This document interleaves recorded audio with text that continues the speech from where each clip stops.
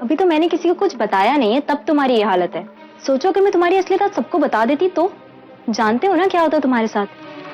तुम्हारे अपने घर वाले तुम्हें अपने ही संगीत से धक्के मारकर बाहर निकाल देते। और पता है सबसे ज्यादा खुशी किससे होती? मुझे, क्योंकि मैं जानती हूँ कि तुम्हारी यही औकात है। मगर फिर भी आज मैंने ऐसा कुछ नहीं किया। और ये मत समझना कि मुझे तुम पर तरस आ गया, क्योंकि तुम तो उस लायक ही नहीं हो कि मुझे तुम पे तरस आ सके। मैंने अपनी ताई को देखा वहां, उसके चेहरे की वो खुशी देखकर मैं चुप हो गई। क्योंकि तुम कितनी भी वाहियात क्यों ना हो, मेरे ताई के देवर हो। और मेरे ताई का मान सम्मान सुख दुख कहीं ना कहीं सब तुमसे जुड़ा है। पर तुम्हें इस बात का कोई ख्याल नहीं है, मगर मुझे है। क्योंकि मैं रिश्तों को जानती भी हूं और उनका मोल समझती भी हूं रौनक। और सिर्फ इसीलिए आज मैं चुप थी, क्योंकि मैं कुछ भी बर्दाश्त कर सकती हूँ रौनक, मगर अपनी ताई की बेइज्जती नहीं। और मैं ऐसा कभी कोई काम नहीं करूंगी कि मेरे ताई के चेहरे पर उदासी आए, वो भी मेरी वजह से। इसलिए आज मैंने तुम्हारी असलियत किसी को नहीं बताई। मगर तुम इसे मेरी कमजोरी मत समझना, ये मेरी लास्ट वार्निंग है। आगे से तुम्हारी एक और गलत हरकत एंड देन यू सी, मैं तुम्हें सबके सामने कैसा एक्सपोज करती हूँ। अच्छा, एक्सपोज करोगी मुझे? डर गया मैं, पता है। I'm scared now। तुम समझती क्या अपने आप को? मामूली घर की मामूली सी लड़की 2 टके के इंसान से शादी कर रही हो तुम। एक बार कहीं भी जाके किसी को बोल दूंगा ना मैं कि तुम मुझ पे डोरे डालती हो, कोई भी बिलीव कर लेगा।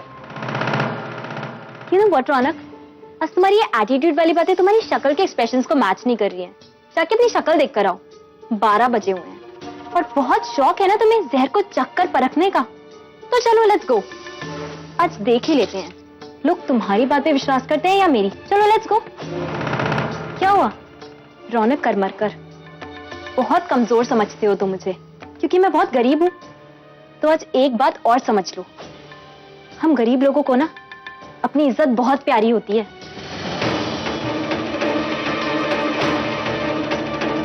ओह, पानी खत्म कर लो, वैसे बहुत जरूरत है तुम्हें।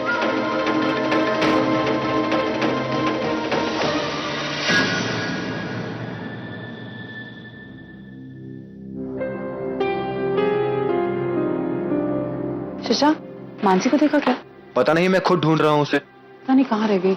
मैं ताई, कहाँ थी तू? अच्छा सुन, अब तूने एंजॉय किया ना? हाँ ताई, मैंने बहुत एंजॉय किया। इनफैक्ट सबसे ज्यादा तो तेरा और जीजू का डांस बहुत अच्छा था। अच्छा सुन, मुझे तुझसे कुछ कहना है। हाँ बोल ना। Mansi, I am sorry for. ताई सॉरी क्यों बोल रही है? मानसी, दरअसल कल सुबह रौनक की शादी है और कल शाम को तेरा संगीत भी है, तो पता नहीं कैसे सब कुछ मैनेज होगा। तुम टेंशन मत लो, मैं हूं ना, प्रशांत भी है, हम सब संभाल लेंगे। और फिर नरेन भी तो है ना, वो सारी अरेंजमेंट्स यूं कर लेगा। हाँ शशांक, लेकिन मैं पर्सनली मानसी के साथ रहना चाहती थी, उसके साथ वक्त बिताना चाहती थी। लेकिन देखो ना, रौनक की भी शादी उसी दिन है जिस दिन मनु का संगीत है। मैं इतना कंफ्यूज। ताई, तुझे बिल्कुल गिल्टी फील करने की जरूरत नहीं है। आई नो, बस तू मेरी तैयारियों में ही तो नहीं रह पाएगी। शाम को तो तू और जीजू आ ही रहे हैं ना, एंड चाहे कुछ भी हो जाए, तुम लोगों के आने से पहले मैं अपना संगीत स्टार्ट नहीं करने वाली हूँ। तो बस तुम लोग आ जाना यहाँ पे सब शादी कंप्लीट करके, और फिर हम बहुत मस्ती करेंगे। लेकिन तुझे पता है, मैं तेरे साथ रहना चाहती थी पूरे दिन, तेरी हर चीज में मदद करना चाहती थी। तेरे बाल, तेरा मेकअप, तेरे गजरे, तुझे गहने पहनाना, ये सब कुछ मैं करना चाहती थी। मन्नू देख, मैं तुझसे एक चीज कह रही हूँ, वो तेरी फ्रेंड है ना पार्लर वाली, प्लीज उसे बुला लेना और अच्छे से तैयार होना, अच्छे से मेकअप करना। मैं शाम को आऊंगी तो मेरी बहन सबसे सुंदर लगनी चाहिए। अंकिता अंकिता अंकिता, मानसी के मेकअप का ध्यान मैं खुद रखूंगा। तुम रखोगे, रहने दो। लेकिन हाँ, एक काम जरूर करना, कल मानसी को तुम्हें एकदम स्पेशल फील कराना है। ऑफ कोर्स, बिल्कुल कराऊंगा। चले मानसी, बच्चे प्रशांत सब वेट कर रहे हैं हमारा। हाँ? चलो अंकिता, हम चलते हैं। अरे बस करो बहनों का प्यार, जल्दी करो, चलो। बाय। आना, सुनो, तुमने बहुत अच्छा डांस किया। तो क्या हुआ अगर हम जीते नहीं तो? आई थिंक क्या सबको ये लगता है, you are the best dancer. सब, मैं भी आपको यही कहने वाली थी, you are the best dancer. Thank you. लेकिन मैं तुम्हारे लिए एक सरप्राइज भी लेके आया हूँ, because of good dancing. Sir, ये अच्छी है ना? बहुत अच्छी। आप ये कहाँ से लाए? सवाल बहुत पूछती हो, लेकिन जब सवाल पूछती हो तो उसके जवाब भी देने ही पड़ेंगे। ये देखो, ये मैं तब लेके आया जब मैं रौनक के सागरपुरा के लिए शॉपिंग कर रहा था ना, तुम्हारे लिए सरप्राइज ले आया। कैसी है मेरी चॉइस? सब बहुत अच्छी, बहुत सुंदर, बिल्कुल आपकी तरह, दी बेस्ट। चलो गुड, पहन के दिखाओ फिर से। सर आप भी ना सच्ची मैं- कुछ पागल हूँ, यही बोलने वाली हो ना, रात को चेंज कर लो, साड़ी पहन लो। नहीं सर, मतलब मेरा मतलब ये नहीं था। सही बात कहूँ नहीं, दो कहो। सर, पहली बात तो ये है, आप पागल नहीं है। ओके। आप कभी कभी पागलों वाली जिद करते हैं, लेकिन आप पागल नहीं। और आपकी चॉइस बहुत अच्छी। अभी तुमने मेरी चॉइस देखी ही कहाँ है? मतलब इसको इधर रखो, आओ तुम्हें अपनी चॉइस दिखाता हूँ। आओ सर क्या कर रहे हैं? आओ तो सही, आओ बैठो बैठो। सर क्या कर रहे हैं? ये है मेरी चॉइस, वर्ल्ड की best choice, my world best Sahana. Actually मुझे गॉड को थैंक यू बोलना चाहिए कि मुझे इतनी सुंदर और इतनी अच्छी हाना मिली है ना। So thank you God and I love you Hannah. अब एक काम करते हैं, डांस करते हैं, वही मैजिक रिक्रिएट करते हैं ना, मेरे फेवरेट गाने पे। कम आओ।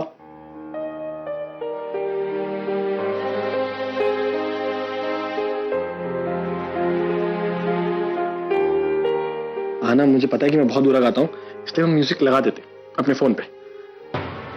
वही गाना नरीन से जब भी खुश होते हैं तो यही गाना गुनगुनाते हैं। ऐसा भी हो सकता है शायद ये आना का फेवरेट हो, या फिर इस गाने के साथ इनका कोई ना कोई कनेक्शन जरूर है।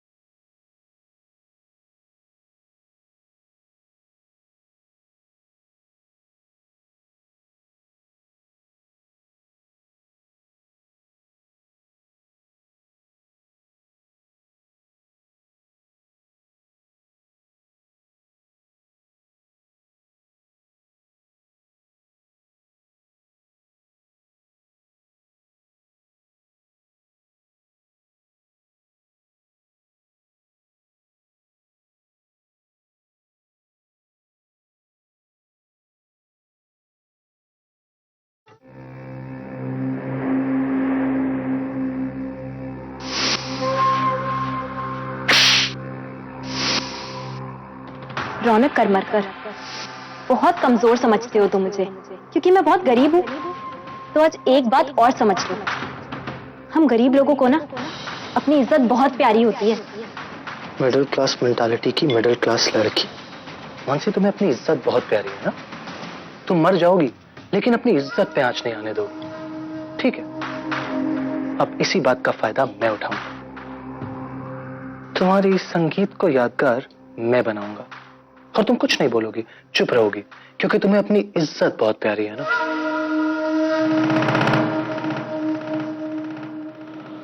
और वैसे भी तुम्हारी बहन अंकिता ने क्या कर लिया, करनी पड़े ना मेरे पागल भाई से शादी, तुम भी कुछ नहीं करोगे। सो तुम्हारी खोखली धमकियों से डरने का सवाल ही पैदा नहीं होता। But there is one thing for sure, कल तुम्हारे संगीत में मैं तुम्हें ऐसा तोहफा दूंगा मानसी, जो तुम जिंदगी भर याद रखोगे, for a lifetime. And that's my promise. That's my promise to you, Mansi. Cheers.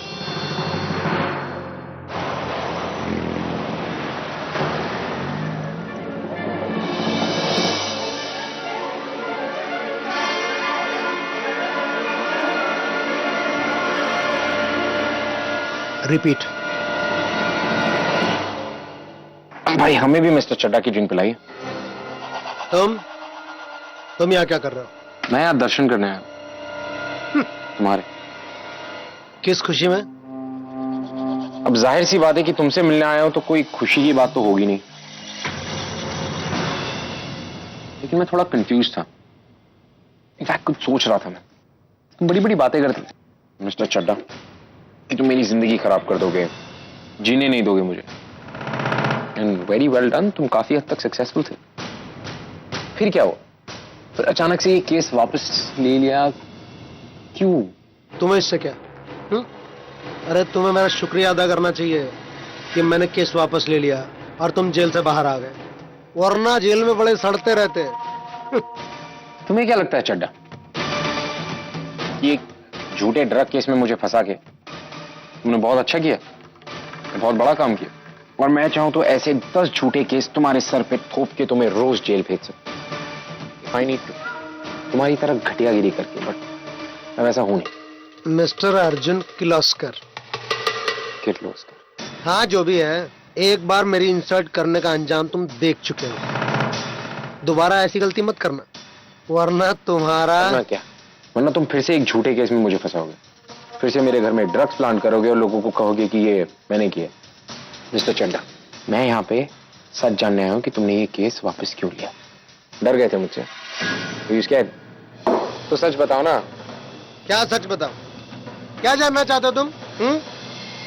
अरे जो भी जानना है जाके उस ऋषभ कपूर से पूछो,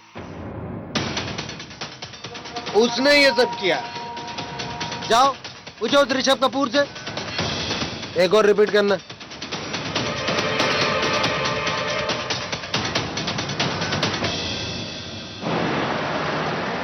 क्या जानना चाहते हो तुम? अरे जो भी जानना है जाके उस ऋषभ कपूर से पूछो। अंदर भी उसने किया और बाहर भी उसने निकाला। हम यहाँ पर क्यों आए हैं, किस बात की जिद है? जब ये काम हम मुंबई में कर सकते थे तो फिर। ऑफ कोर्स कर सकते थे अर्जुन, लेकिन वहां मुंबई में वो नहीं होता ना। वो कौन? Rishabh Kapoor. And a very special thanks goes to a very special person. For my fiancée, Miss Urvi.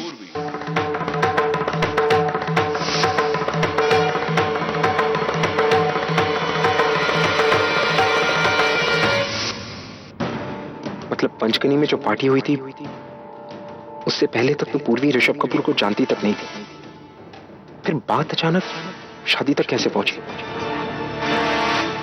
ये ऋषभ कपूर की क्या इरादे हैं, मुझे जानना होगा।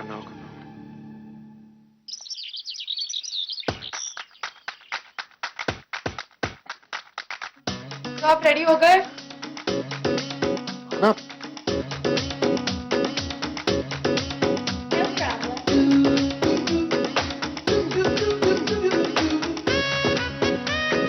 आना, मेरा नाड़ा अटक गया है, प्लीज खोल दो।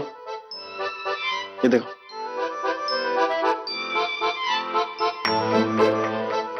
प्लीज, मैं बहुत देर से ट्राई कर रहा हूँ, ये खुल नहीं रही है। तो मैं कैसे नाड़ा खोलूं? आप किसी और से बनवा लीजिए। मैं एक काम करती हूँ, किसी को बुला लेती हूँ आपका नाड़ा खोलने के लिए। तुम्हें नाड़ा खोलना नहीं आता? प्लीज खोलो ना, मिस्टर। पजामा उतर ही नहीं तो रहा। एक सेकेंड, आप अच्छे लग रहे हैं कुर्ते पजामे में, इसकी कोई जरूरत नहीं। आप एक काम कीजिए, आप रहने दीजिए। नहीं, ये नाइट सूट में थोड़ा आऊंगा मैं। ये नाइट सूट थोड़ी ना, आपने कुर्ता पजामा पहन रखा है। तो तुमने तो कहा था कि सूट में ज्यादा अच्छा लगता हूँ। प्लीज ये नाड़ा खोल दो आना, प्लीज। सो मैं मुझे टॉयलेट भी जाना है ना। Okay sir.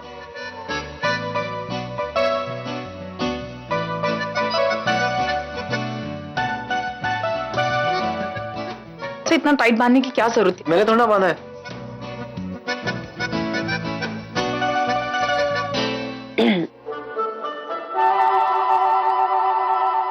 मोम नाड़ा खुल गया। अच्छा मैं बाद में आती। मैम मॉम, वो अरे मॉम एक मिनट, आपको कुछ दिखाना है, एक सेकेंड। ये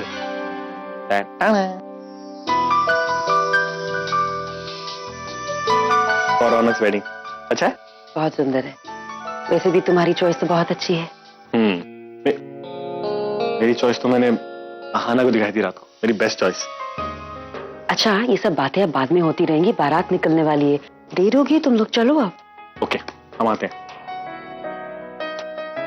आना मत, इसलिए मैं तुम्हें बोलना ही भूल गया, तुम इस पिंक साड़ी में बहुत सुंदर लग रही हो। थैंक यू और मैं नहीं चाहता कि तुम मेरी वेट करो, मैं तैयार होता हूँ, तब तक तुम जाओ पार्टी एंजॉय करो। सर। आप तैयार हो जाइए, हम साथ में जाएंगे प्लीज। पक्का? Okay, 2 minute.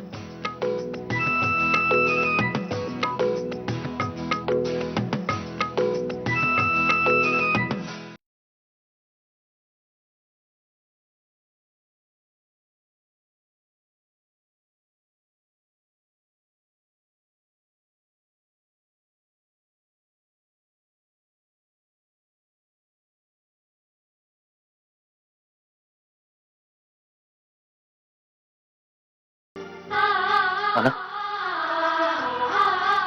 ये गाना तुम इतने दिनों बाद गुनगुना रही हो आज। मैं याद है लंदन में हमेशा गाया करती थी, गाड़ी में। तुम्हारे मोबाइल का रिंगटोन भी यही था, और लैपटॉप खुलता था तो यही ट्यून बजती। ये गाना आपको इतना अच्छा लगता है?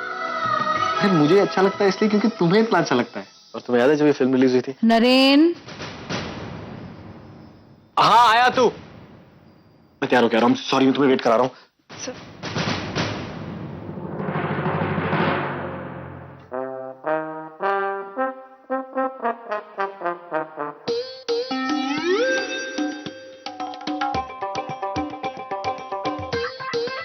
बाबा, आप इतना तैयार क्यों हो रहे हो? संगीत तो शाम को है ना? कैसे लग रहा है पहले ई बता। बहुत अच्छे लग रहे हो, पर अभी से क्यों तैयार हो रहे हो? हमरा लाल, हमरा पीला, हमरा नीला, हम तोरे संगीत के लिए तैयार नहीं हो रहे हैं। हम तो जौन हमरे बड़े दामाद का भाई है ना, वो की शादी में जा रहे हैं। सब्जी का, अरे वो फटीचर के संगीत ना आएगा, हम बात करत है। तोरे को मालूम है इतना फर्क है? ई देख, ई देख, ई जानती है का है? ई को बोलते हैं मोबाइल फोन। का बोलते हैं? Mobile phone. ऐसा हमरा बड़ा दामाद हजार हजार बनाता है, वो फटीचरी का बिल भी नहीं दे पाएगा। इतना फर्क है वो दोनों में। अच्छा वो छोड़ी, देख कैसे सूंघ रहे हैं हम, बता।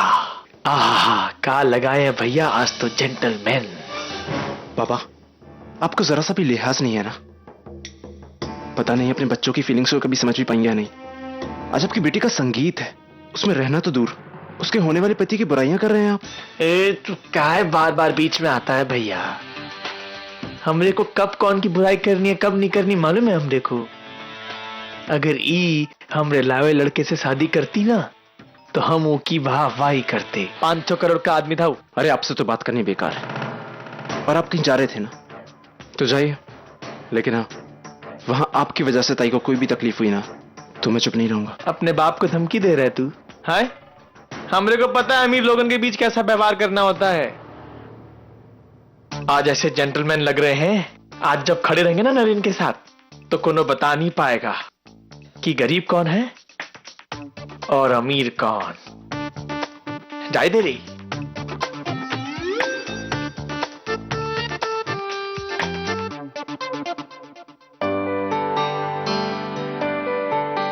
अरे मनु, तू क्यों उदास है? हाँ, बाबा तेरे संगीत में नहीं हुए तो क्या हुआ, मैं हूं ना तेरा भाई, और भाई भी तो पिता के समान ही होता है। हाँ, और फिर ये है ना, हमारे दो होशियार भाई बहन, हम तीनों मिलकर मन्नू ताई का संगीत बहुत अच्छा बनाएंगे। तू हमेशा याद रखेगी, है ना? हाँ ताई, आज हम भी किशन दीदी के साथ डांस करेंगे। हाँ।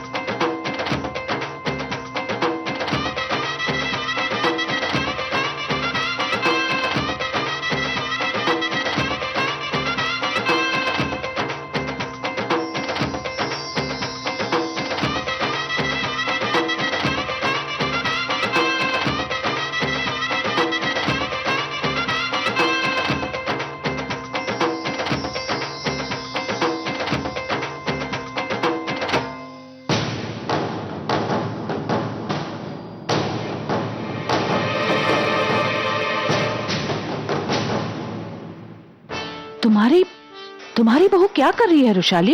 कैसे नाच रही है रास्ते पर? ये ताई बारात में ही तो डांस कर रही है, व्हाट्स द प्रॉब्लम? देवा सिद्धि विनायक का आता सच कहते हैं, गलत संगत में लोगों की सोच भी गलत हो जाती है। कैसा बर्ताव कर रही है और तुम लोग? I'll see to it.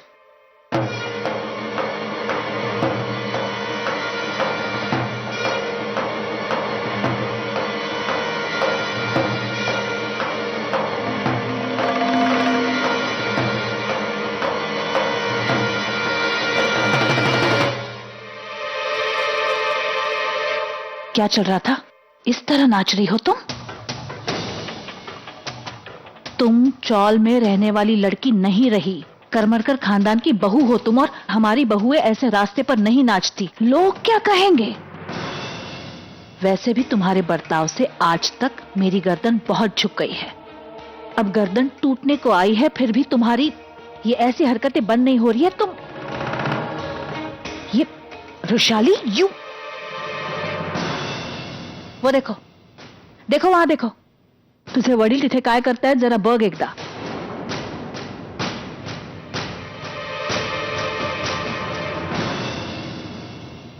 संभालो उन्हें, वरना लोग कहेंगे कि करमरकर खानदान ने ऐसे लोगों के साथ रिश्ता जोड़ा है, मवालियों के साथ रिश्ता जोड़ा है हमने, ऐसा कहेंगे लोग। संभालो उसे, जाओ।